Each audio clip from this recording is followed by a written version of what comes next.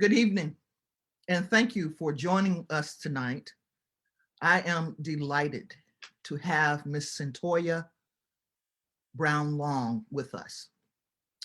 By way of introduction, Cyntoia was a child when the American so-called justice system literally put her in jail for life. Though she'd had a difficult life, born to a teenage mother, she was the victim of sex trafficking. And Cyntoia's journey was a roller coaster ride, but it now includes a documentary about her life, specifically because of a profound encounter with God. I am happy that her sentence of life imprisonment was commuted by the Tennessee Governor, Bill Haslam.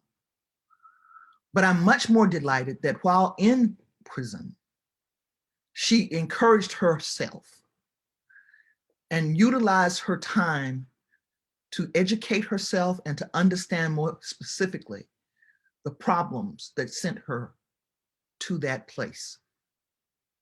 Now she has a memoir, Free Cyntoia, my search for redemption in the American prison system. And while in prison, she documents her early years and the 15 years she was incarcerated.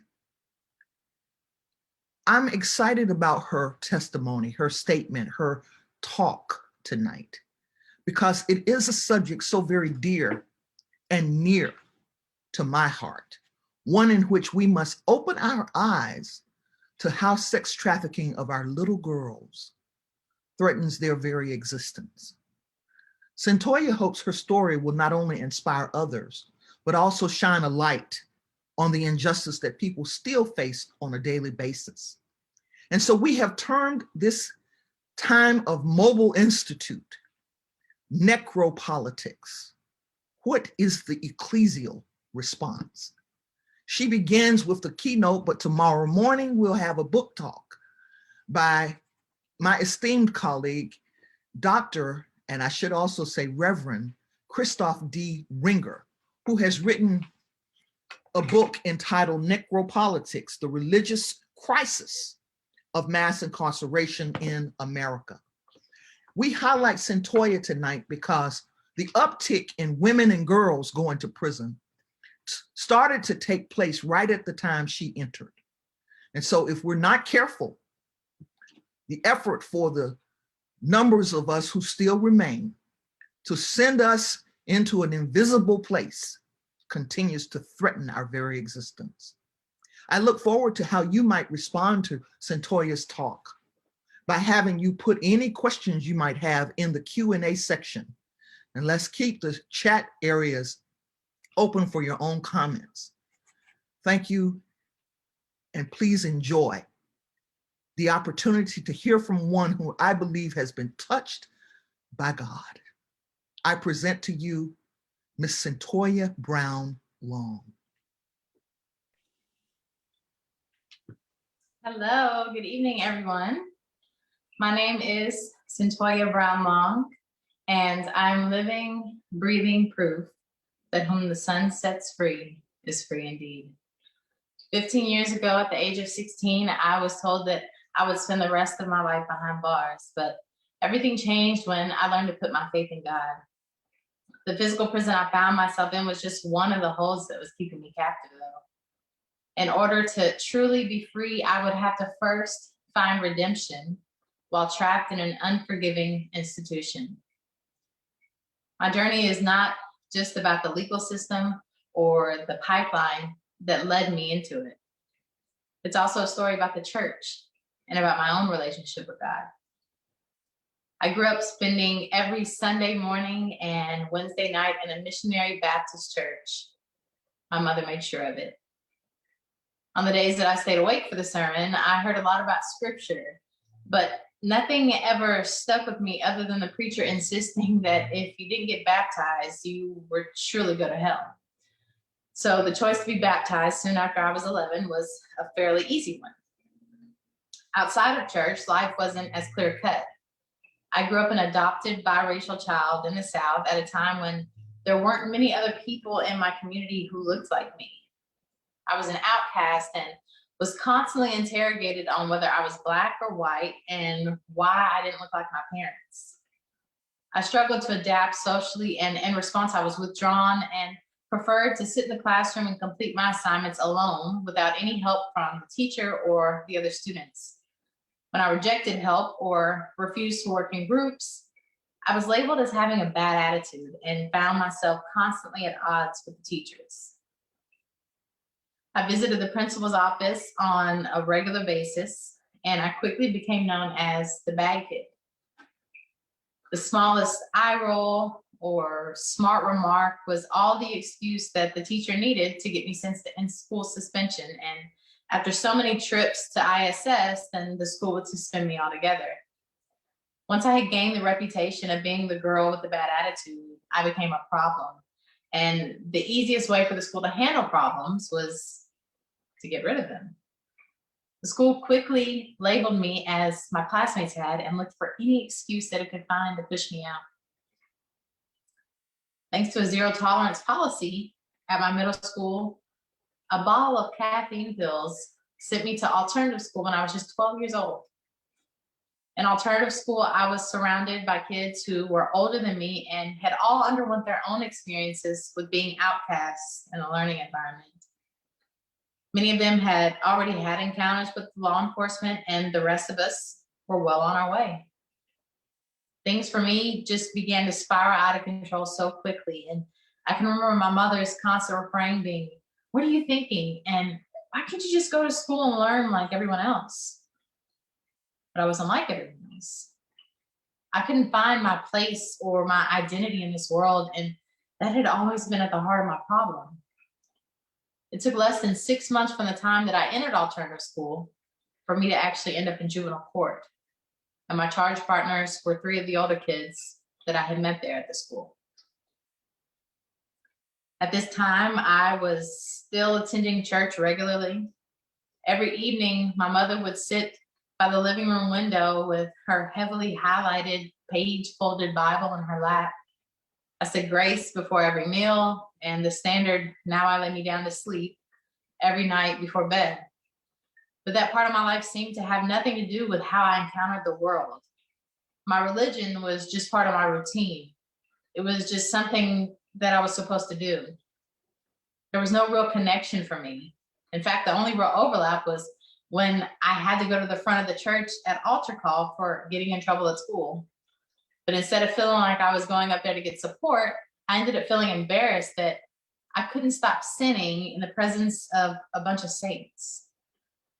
I knew whatever I had done that week would be circulated through church gossip, and I felt like the black sheep of my church family. I was just 12 years old when the judge sent me away. It was the first time that I was ever away from my parents, and it was unnatural to fall asleep in a place that wasn't my home, surrounded by complete strangers, and not even allowed to call my mom without approval and supervision by some random staff member. I kept thinking about that little bottle of caffeine pills that started me on this path. Just a bottle of no-dose available at any store just as easily as Tylenol or Dimetap. My having a bottle of no-dose at school led to this. And what's worse is I didn't feel that I had anyone available to advocate for me at a time when my own voice fell on deaf ears. Something happened to me from experiencing life inside of the system at such a young age. When I was sent back home to return to public school, I was more of an outcast than ever before. I was like the woman with the scarlet letter, only it seemed like I had the word monster tattooed across my forehead. The fact that I was on probation was no secret to teachers and students alike. The minute they figured that they couldn't just send me back to alternative school without some justification, they found another way to hide me. They stuck me in a classroom with intellectually disabled students, and the classroom wasn't even off of the main hallway. It was tucked away in back of another classroom. If you didn't know where you were going, you would have never found it. And once you were in that class, you never came out except to go to lunch. And if that weren't hidden enough, they were sure to install a partition just like they have in school suspension just for me, so that the teacher could sit me in the back of the classroom behind her desk, away from the other students. It was glaringly obvious to me that I wasn't welcome nor wanted in school, and naturally, it wasn't long before they got rid of me again. This time bypassing alternative school altogether and going through the court to have my probation violated. But I can remember feeling a sense of relief when I was sent back to the facility. I didn't feel out of place there. Although it was hard to be back in a situation where every day there was another fight, another denial of my basic human rights, it was easier than when I felt that I was in the company of my peers and not the bad egg constantly being singled out. But being in the facility also took a toll on me. I can remember feeling like my life didn't matter and like nobody cared about Cyntoia. I was still plagued by those feelings of not belonging that had followed me around since kindergarten, and being in the facility only amplified that. So I ran away in search of a place where I belonged. I found my place among others in society that people had deemed as misfits. They looked at the world around them and they too felt invisible, irreparable, and in need of salvation with no savior in sight. Even though I was just 13 and these people were adults, they had no problem allowing me to do and learn things that no 13-year-old girl ever should. As a matter of fact, if I had to pinpoint where things took a turn for the worse in my life, it was definitely the day that I ran away. The 3 years that followed that decision were hands down the most chaotic, traumatic, and reckless times of my life. In those 3 years, I would be raped on numerous occasions. I would be assaulted, threatened, and sold by a man that I thought I loved. And at the close of what was surely the darkest chapter of my life, a man would die at my hands. Every day that I was on the run, there was another high drama event that played out. I slowly became desensitized to a world where everything my mother had ever taught me about life was slowly turned on its head. I knew that mommy worried about me. I knew all about how she cried out to God on a daily basis, begging for my safe return home. She had spent all my life just trying to provide the best she possibly could. She just wanted me to have the life that any mother would want for their child. When I started getting into more and more trouble, she tried enrolling me into counseling. She tried taking me to the pastor for private prayer. But the feeling of being excluded, of being different there in my hometown just plagued me. And I couldn't escape them, even if I sat among those who I was told was my church family. As hard as it was living on the streets, I didn't feel like an outcast. So even as things were just spiraling out of control, I couldn't force myself to just go home. Instead, all the feelings of me wanting to be wanted and to be included would culminate into me meeting the man that I would come to know as my trafficker. At the time, I called him my older boyfriend.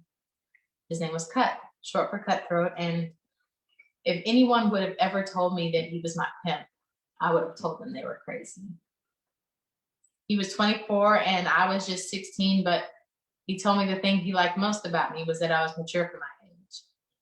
It was a lie, of course, one that I was all too eager to believe. The truth was, older men like him felt that teenage girls like me were easier for them to manipulate. But I couldn't see that at the time. The time that I spent with him was just a whirlwind of fear and intense longing. I wanted so bad for him to love me that there was nothing he could have asked me to do that I would have told him no. He found me in a place where I was so desperate to be wanted, to be accepted, to just belong, that there were days that he would spend hours telling me he was the only one who would ever want me. And I believed him. So I stayed, even when it felt like the life was just being sucked out of me. And whenever he said it was time, I went out, I did what I had to do, and I came back to him. Each time thinking this is going to be the time that he's going to receive me with open arms. I'd come back to the room so excited with that money crumpled up in my pocket, thinking, Cut's going to be so happy when he sees what I'm bringing to the table. There was simply no dollar amount that made him love me. What I didn't know was that love was never on the table. It was never up for grabs. When I looked at Cut, I had hearts for eyes, but when Cut looked at me, he saw dollar signs. Each time I realized that although I thought I did good, my best was never really good enough, a small part of me died. Love was never on the table.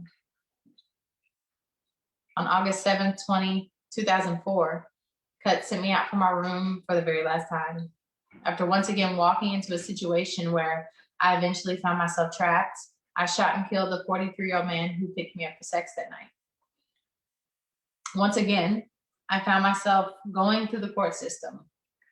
I thought back to all the times in the principal's office, ISS, suspensions, expulsions, the familiar feelings of not being heard, a feeling like the outcome was predetermined, was heavy on me as I made my way through the preliminary hearings. The gravity of facing trial as an adult hung heavy on my shoulders. I was only 16 when I was arrested for murder, so once I was transferred to the adult jail, I had to spend the 2 years leading up to my 18th birthday in solitary confinement. It was just me and God in that room for 23 hours a day. And for 1 hour a day, I was placed in shackles and handcuffs and allowed to shower and use the phone. All of a sudden, life didn't seem as simple as get baptized and avoid hellfire. I found myself in need of a miracle. I remember feeling like I was just tossed into the bottom of a well and I had no idea how I was going to get out of the situation. I was frantically trying to find a way to avoid spending the rest of my life in prison. I fought and I screamed, but it was like nothing could save me. And so once I was tired of fighting, of staying up all night, trying to understand complex case law, of handwriting motions for my attorneys to file, I did what my mother had taught me as a child. Those times when we would jump into her little black Pontiac Fiero and the car wouldn't start because the gas tank was on E. When I would ask her why she paused and closed her eyes before trying to turn the engine over, she'd say, "I'm praying that we can make it to the gas station." And at the time, I didn't understand how praying to God could get you moving down the road when your car wouldn't start. But there in the Davidson County Jail, as I sat with the state of Tennessee using all of its resources coming at me, as I felt that I couldn't possibly go on any longer, I didn't have any gas left in my tank. So I prayed. And I spent as much time as I could trying to crack the code, trying to figure out how I could get the Lord to perform the same miracles in my life that he had done for so many others. When I went to trial, I was convicted on all counts. Once the jury read their verdict, the judge sentenced me on the spot to life in prison. I kept it together until I got back to my cell. And once I was alone there in the dark, I just lay on my bunk and I wept. There at my lowest point, I can remember begging God to free me. If you let me out of here, I told him, I will tell the world about you. That was back in August of 2006. And as the years went on with me still sitting in a Tennessee prison, serving a life sentence, my hope just began to die. At one point, I remember telling anyone who would listen that I didn't believe in God. 4 years into my sentence, I signed up for a college program run by Lipscomb University, a Christian school that allowed inmates to take college courses. But once I got in, I realized that this was the first time I really felt that I was in the presence of a group of people who were a true reflection of the Jesus I had read about in the gospel. Not only did they see something in me worth salvaging, but nothing that I had done or even what I believed at the time changed the way they treated me. It was such a contrast to all that I had been experiencing while going through the court process. But most importantly, they provided a community where I belonged. And not because of anything that I did for them or because of how I looked or my abilities. I belonged simply because I was me. All these years, I had taken refuge in being surrounded by people who'd been rejected by society just like I had. I come to fully expect that anyone else that I met outside of that community of outcasts would look down on me. So to be welcomed, to be accepted as I was by this community of volunteers who sought to walk like Jesus was redeeming beyond anything that I could put into words. I I was able to thrive in this community, even though I was still very much in a dark place. In my classes on law and ethics, I learned about the way that Jesus responded to injustice. One of my favorite lessons came from the book of Luke. It happened when Jesus encountered a man whose right hand was shriveled. And the man approached Jesus and asked him to heal him. Also present were a group of men called the Pharisees. These men loved their rules and regulations above all else. They saw that the man with the shriveled hand was suffering, but since he had come on the Sabbath, the holy day, and he didn't seem to be in any danger of dying, they said that he should not be healed. But the law that the Pharisees were referring to was one that they, over time, had created through a system of biblical interpretations, much like our laws rely on interpretations of the Constitution. But Jesus wasn't having that. Even though he knew that healing the man would result in his being persecuted, he did it anyway, because he wouldn't allow cultural or traditional interpretations of law to prevail where they caused the suffering of another. It was the first time that I was seeing him in this light. He not only shows us what true justice should look like, but he was bold in confronting others about it. But I still struggled to make a personal connection. In my mind, this was just a historical figure they were inspired by. I had no understanding whatsoever of what it meant to have faith or a personal relationship with God.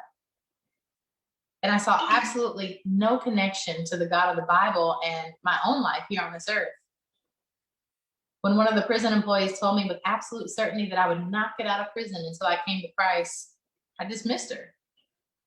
That's not how the law works, I told her. I was convinced that my attorneys, with their vast legal knowledge and decades of experience, would come up with a winning strategy to win my appeal. Unfazed by her word of warning, I continued to spout my arguments of the logical impossibility of the existence of God. And then I started having prophetic dreams, just like the ones that I heard about in the Bible. It was the first encounter I had where I started to look at the word as more than just a historical textbook, more than just a philosophical guide. When I started dreaming things that were actually coming to pass, the only explanation I could find was that there must be some higher power showing it to me, an actual living God who saw me and who sought a connection with me.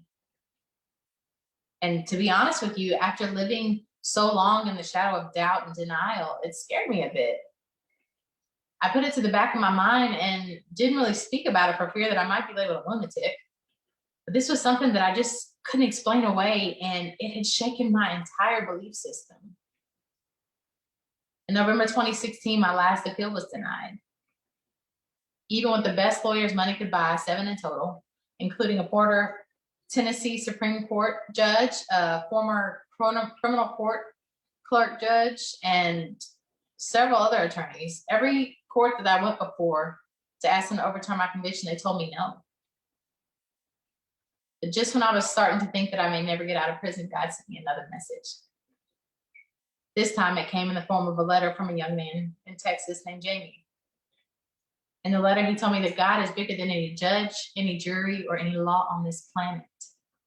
And he told me in so many words that the Lord was saying to prepare myself because I was about to get out of prison. As I read his letter, I was skeptical. Over the years, my belief in God had seriously wavered.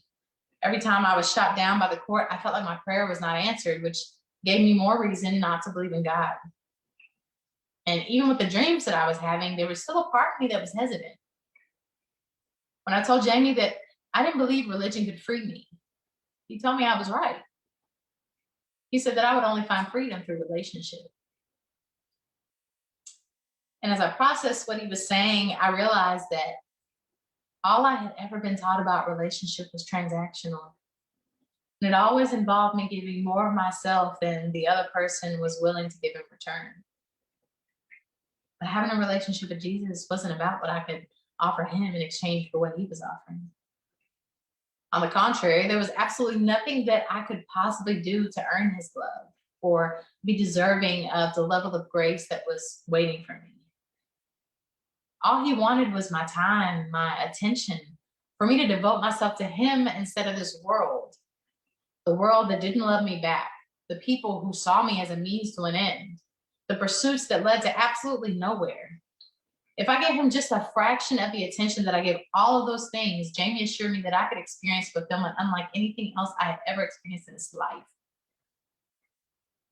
And it was through our conversations that I had to confront the fact that I didn't know God all that well. I realized that I had spent years being angry with him for not being the genie in the bottle that I thought he should be. I was blaming him for everything that had ever happened to me, accusing him of turning his back on me when, in reality, I had turned my back on him by choosing to live for the approval of this world. My heart had never longed for him, and I had never let his word be my guide. And even when I was pouring my heart out and begging to be freed, I never had faith that he was actually listening. And there was no way that I could have went out and told the world about him as I promised, because I didn't even know who he was. But I was ready to learn. And if true, honest faith was what I had been missing, the lack of which had left me feeling disconnected and shut out, I wanted it. I wanted to believe for the very first time in my life that Jesus loved me personally, that he died for me personally, that he knew my name and that he heard my cries. That even when I struggled and felt alone in this world, he was standing right beside me the whole time, and that he would never leave nor forsake me. I thought back to that story of him challenging the Pharisees. I knew that in order for me to be free, someone was going to have to do the same. In March 2019, the Holy Spirit spoke very clearly to Jamie, telling him once again that I was getting out of prison. I had already filed a clemency petition, but I hadn't received a response on it, and I knew that less than 1% of applicants even get a hearing. But when Jamie told me this second time that God said I was getting out of prison, it was the perfect opportunity for me to exercise my newfound faith. I started going through all my stuff there at the prison, and I got rid of what I wouldn't take with me, and I packed up a small bag to carry home. Just 2 weeks later, the parole board made the very rare move of granting me a hearing on my clemency petition. By this point, I was convinced that, as Jamie said in that first letter, God is bigger than any judge, any jury, any law, any statute, anything on this planet. And I spent every day getting to know him better and speaking faith to what seemed an impossible situation.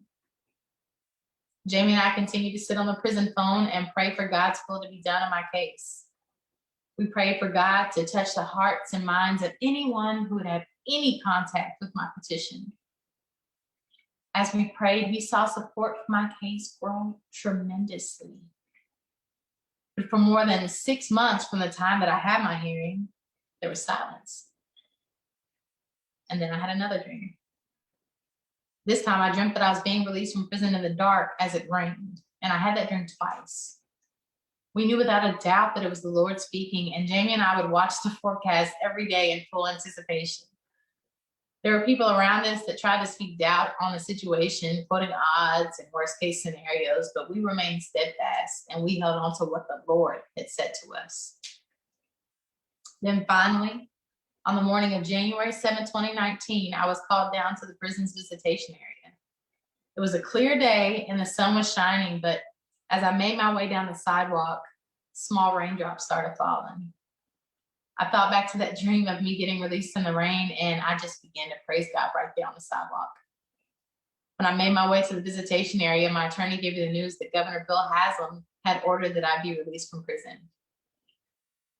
When August 7th finally came, I was released in the middle of the night, pitch black, and it had been raining the whole night. When I first laid in that dark jail cell and prayed that God free me from prison, promising that I'd tell the world about him, I could have never imagined it unfolding the way that it did. And I now know that God's plan is always perfect, and it almost never aligns with our own plans. Because of what I went through, because of the time that I did spend in prison, God has put me in a position to be able to speak to you all today. He's given me a testimony that speaks of the redemption that comes through relationship with him, that speaks to our duty as followers of Christ to come against injustice, and that speaks to the resilience that we have as his people when encountering the strongholds of this world. I married that man from Texas who wrote me the letter and helped me build my faith. We started a nonprofit organization called the Foundation for Justice, Freedom, and Mercy, where we work to uplift the voices of the oppressed and empower them the way Jesus empowered the oppressed people that he encountered. Our company values are modeled after the way he engaged with the world around him. Boldness in the face of injustice, inclusiveness and defiance of convention, compassion and mercy extended through grace, empowerment as a means of freedom from oppression, and perseverance in the face of adversity. As his followers and as the church, this is what I believe that we are called to. Thank you.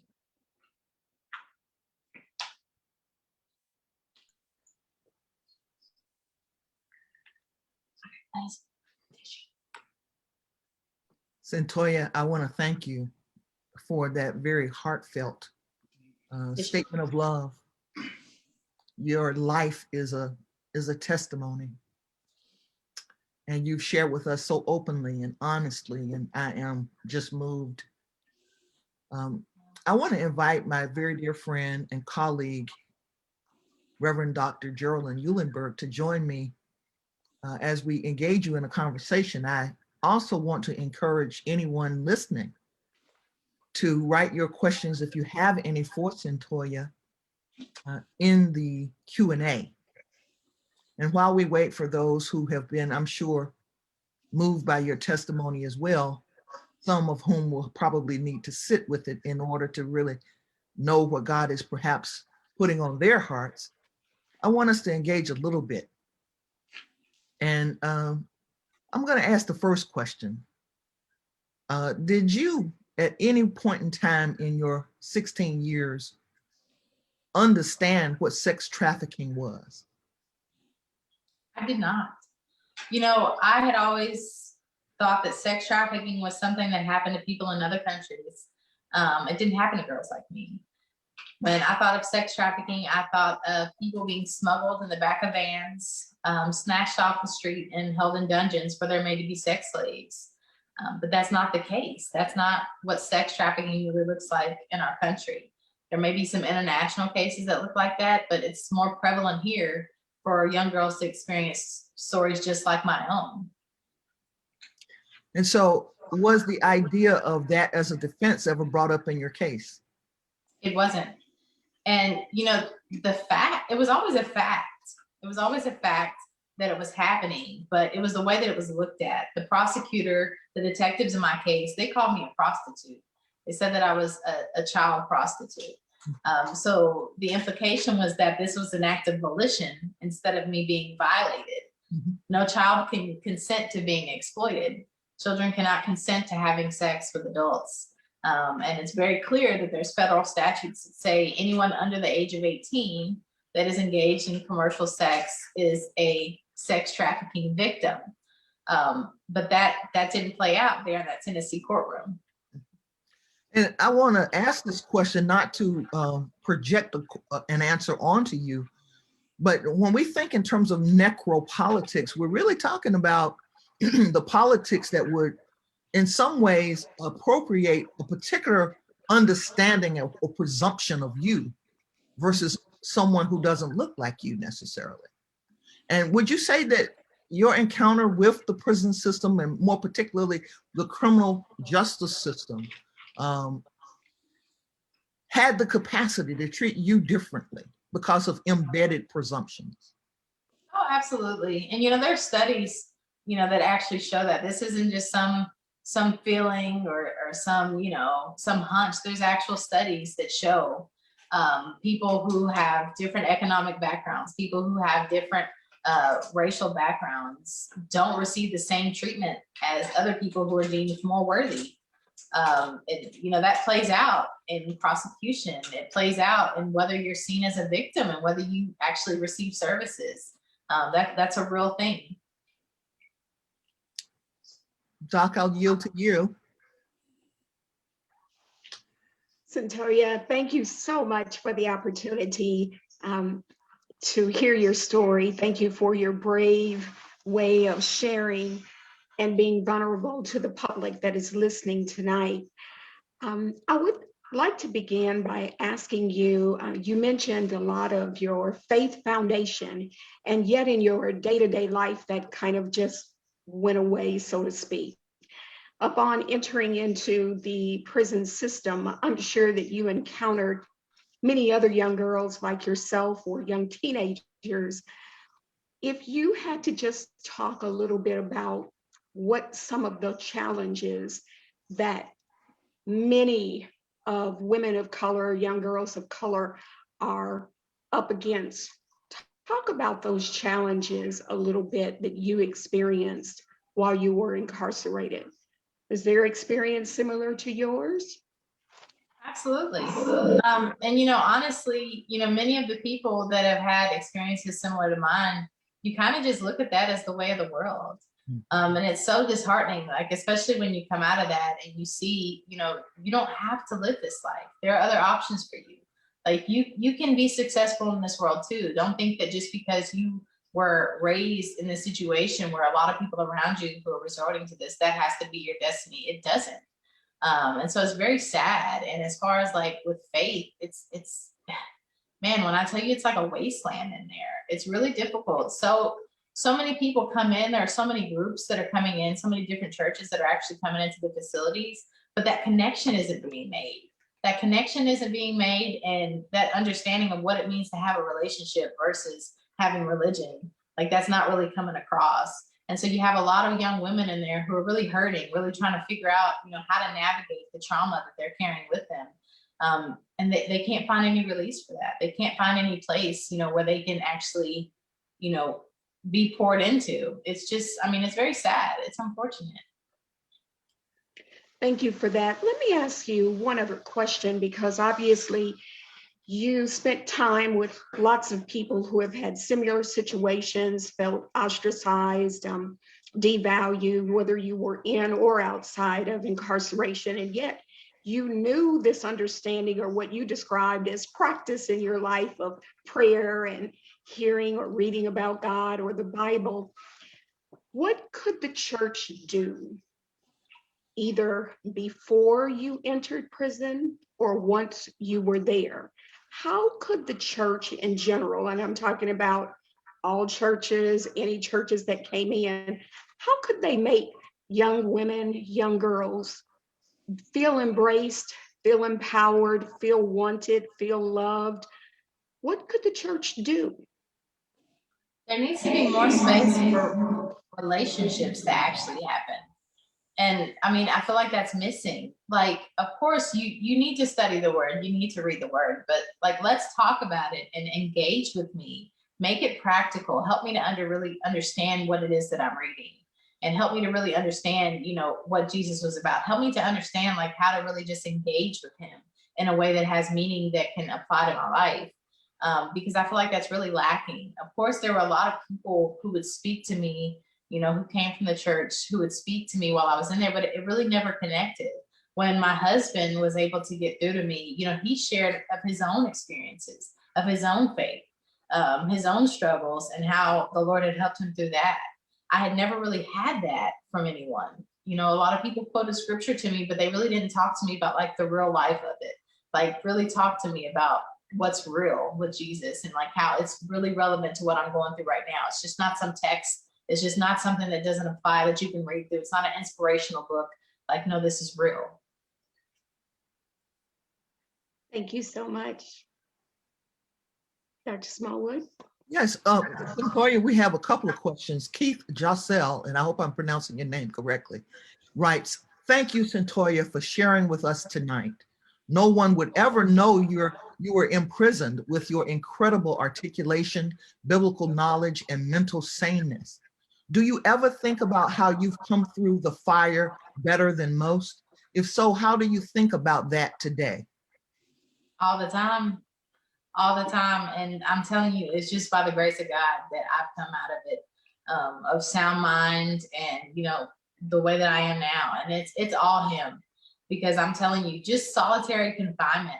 If you look at a lot of the studies and a lot of people who have to spend that time in solitary confinement, The youth who are actually tried as an adult have to get tossed into a cell for 23 hours a day. And that's something that grown men can hardly handle.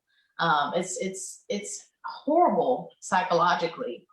So for me to come out of that and still be sane, still have my sanity, still be able to function, it's just, I mean, it's him, like you said, went through the fire and don't even smell like smoke. Wow. Marilyn Ackman asked, first she says, thank you for a powerful sharing. Would you share the supports you received from the community that were most helpful for your healing? In addition, what laws would you recommend state legislatures enact to support victims of trafficking? So as far as support, when I speak about, reentry, like that's such a big thing that we really need to work on, like as far as providing resources.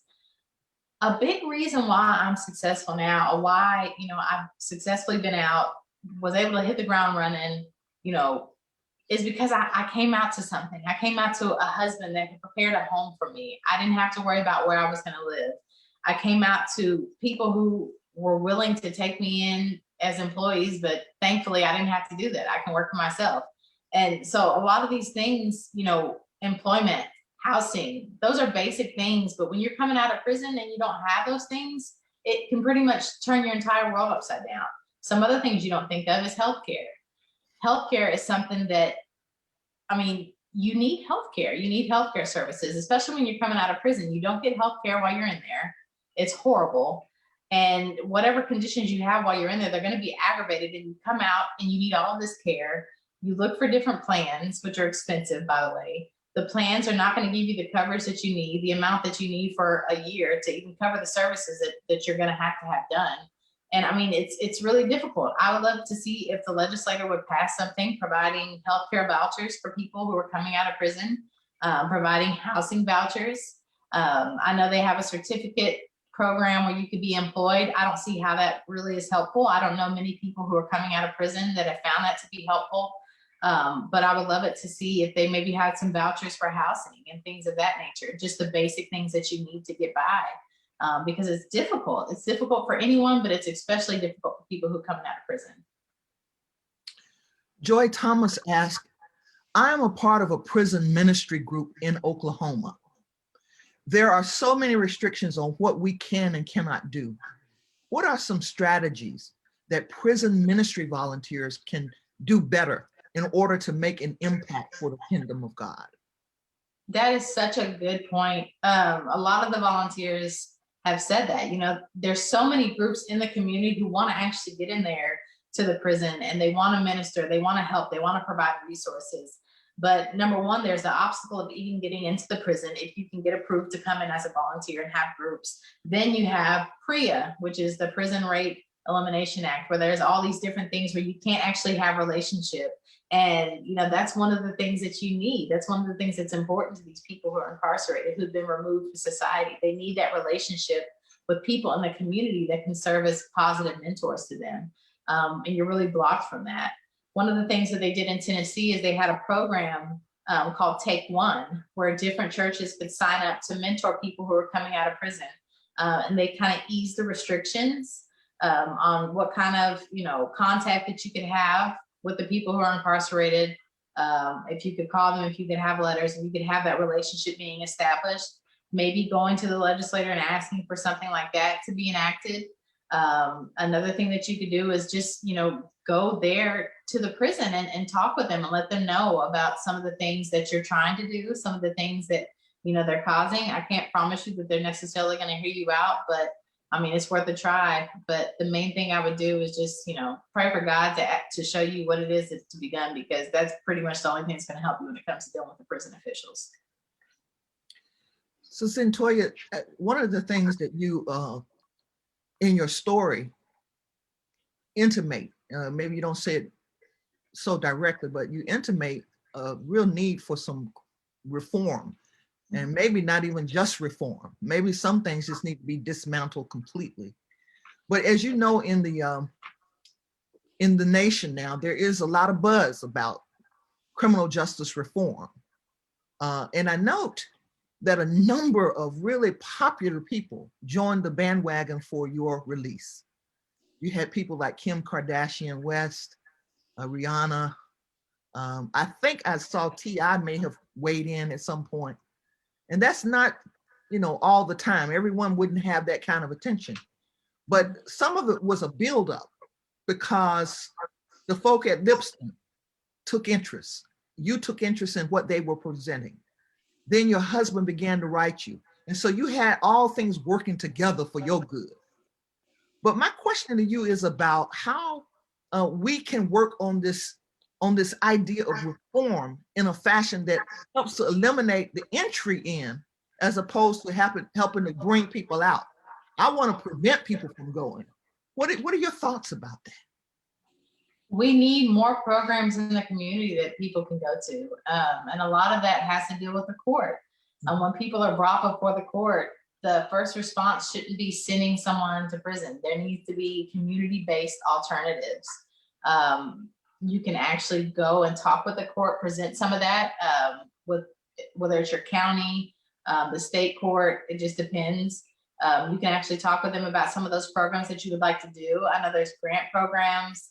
But I mean, really just getting together with some people, some organizations there in your community and seeing what kind of relationships you can form with the court to see if people could be referred to those programs instead of being placed into prison. I honestly feel like putting someone into a facility, specifically children, should be the very last resort. Honestly, when you were talking about reform and dismantling, I would like to see the prosecutor taken out of the picture completely when it comes to kids. Kids shouldn't be going before a prosecutor. Why are they being accused? The purpose of the juvenile justice system is to remove the taint of criminality. You're supposed to be treating this as a kid who's in need of services. Why would they need a prosecutor? So many things that I think that we need to do on a reform level. Another thing is sentencing reform. The amount of time that we sentence people to in this country is ridiculous. And that's going to actually have to happen on the legislative level. So actually going to legislators and telling them, this is what you want to happen. In your state, if they sentence people to 30 years for a theft or something like that, it just depends on what it is in your state. Like, go to them and say, you think this is wrong and you want to work to that. Come together. Why can't the churches go and seek reform? Why can't the churches come together and request, to lobby on their behalf to have this change because it's affecting people in their population? There's so many things that could be done that aren't really being done, but you actually have to get out there and do something. Don't just say you don't agree with it. Don't just say, it's wrong. Get out there and do something about it. And I'm going to turn it over to my colleague, but I have one follow-up. You made a very strong distinction between how you understood, and perhaps at your age, you shouldn't have had any reason, real distinction. Can you hear me? Did I freeze? You're freezing, but I can hear you. You're frozen. Up now I can hear you. I think she may be frozen. Can you hear me all right, Cyntoia? I can hear you.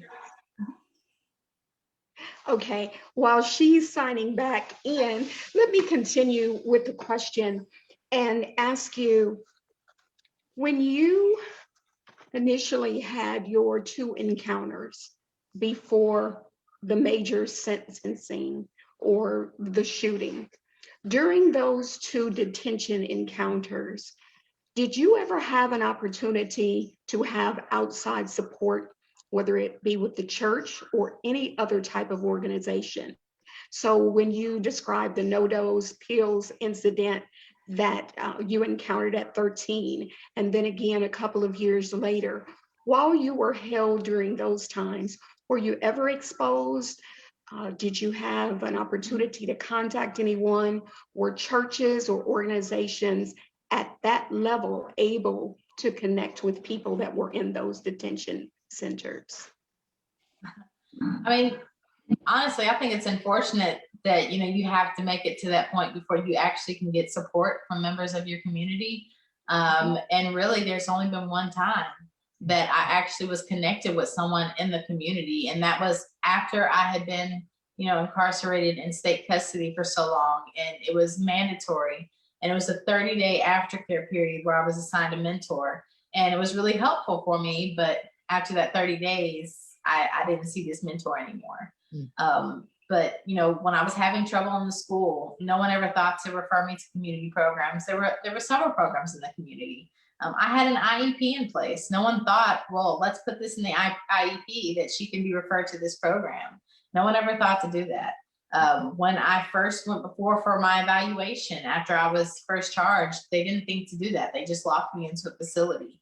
I was never connected with any kind of restorative programs. Like, that didn't happen. It was literally one time, and it was after I had been released from being incarcerated there in state custody, and it was just for 30 days. Well, you're so right with saying it's a shame that it would have to take the detention before you encounter or even have that opportunity. Given the state of mind of the various things you encountered, yet having a faith background, a mother who prayed, a person who you saw enacting faith, how do you think the church would have been able to reach you as a young teenager at 13, 14, 15? What would have attracted you to hear more from people of God the way you did once you were incarcerated?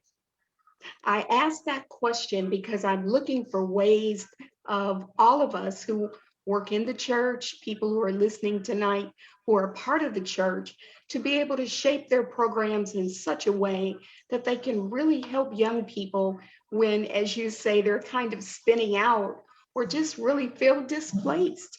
What would be the way in? I mean, it would have been helpful if I had someone that I could talk to, just how I would talk to anyone else. If I needed advice, I could go to them and talk to them about it. Everything about church back then was just like this ceremony, pretty much. You go in, you have your program, and this is what's happening, and that's what it is. Even when it comes to the programs, like the youth programs, it's just like a class, and there was no real connection. There was no real relationship. There's so many people there that could serve as mentors to you, to have that conversation, and not just in the church, but outside of the church. Like, what if I had someone there in the church that I could call and talk to when I felt like I couldn't talk to anyone else? And, they could actually impart that wisdom to me. They can impart the word to me in a way that I wasn't hearing on Sunday mornings. Like, it didn't register with me. So that's really helpful. There's so many opportunities for the church to get involved with young people in that way when you focus on building those relationships. I'm going to make this my Thank you. final. I'm sorry, Geraldine, you done? No, I just saw that you had rejoined us. So I'm going to make this my final question, and I want to preface this by saying what I'm really after is planting the seeds of what this whole idea of necropolitics is all about, because a large part of your story is about how the systemic racism operates, okay? And being very, very careful to understand that mass incarceration is something the church slept. And we slept it because we weren't doing the things for our children that you needed at a time in your life when a witness could have saved you from going in. And so, I think about the distinction you made between what you understood sex trafficking to be, something that could have been over in, some international land. Everybody saw how many of those kids were taken by Boca Raton. And we waited and looked and waited and looked for months on into years for them to be returned. But religion was a reason why they were abducted and made into sex. They were sex trafficked, and a good number of them were impregnated. And so I don't want to lose sight of the fact that sometimes the problem can be religion. And more often than not, they're not necessarily sex trafficked, but a lot of young people get exposed to sex within the church. And so the question then becomes one of, how do we manage ourselves in an ecclesiastic perspective that has integrity? And what I know is that your story is evidence. You have actually made a case tonight for why the church is still relevant. So it's really not a question. It's probably just me wanting to say something. But if you have a response to it, please. Yeah, I just say that it all comes back to, if we're going to call ourselves followers of Christ, we have to actually follow him. We have to follow his example. How was he handling injustice? How was he handling the system? You know, at that time, we looked at it as the Pharisees. How did he deal with them? What did he do? Did he just shake his head and say, that's not right? Or did he stand up and do something about it? Did he speak out about it? You know, we need to take our examples for him. And when we're thinking about like how to approach situations, always consult him first, always look. You know, when I was a kid, we used to have these bracelets, WWJD, what would Jesus do? Like, that's a great question to ask yourself whenever you're looking at these problems. Again, we are so delighted that you joined us tonight. We're very thankful that you are willing to open yourself to this level of vulnerability, to share your story, because so much can be learned from it. You're delightful, and I hope that you will soar. I look forward to all of the things you're going to do, including writing that next manuscript. Yes. And in the meantime, I've put some things in the chat that people can follow you with. If they want to buy your book, I've given them a link. And I'd like to say again to all of you who joined us, whether you were on Facebook or with us here in the Zoom room, we're very thankful. I'll remind you that these mobile institutes will be jumping all over the nation. The next one will be held focused in with our friends in Arkansas, 18th and 19th of March. There we'll be talking about activism, past, present, and future. Have a dynamic group of folk who will be with us. One scholar from South Africa, Alan Bozak, will give us our keynote address on Thursday evening. The same format will be followed. And then we'll have Reverend Dr. Jeremiah A. Wright talking to us from his numbers of books that Friday morning. And then a panel of distinguished scholars and people who are in activism will join us for a talk back. Look forward to seeing you in some of our fora. Hope that you will join us.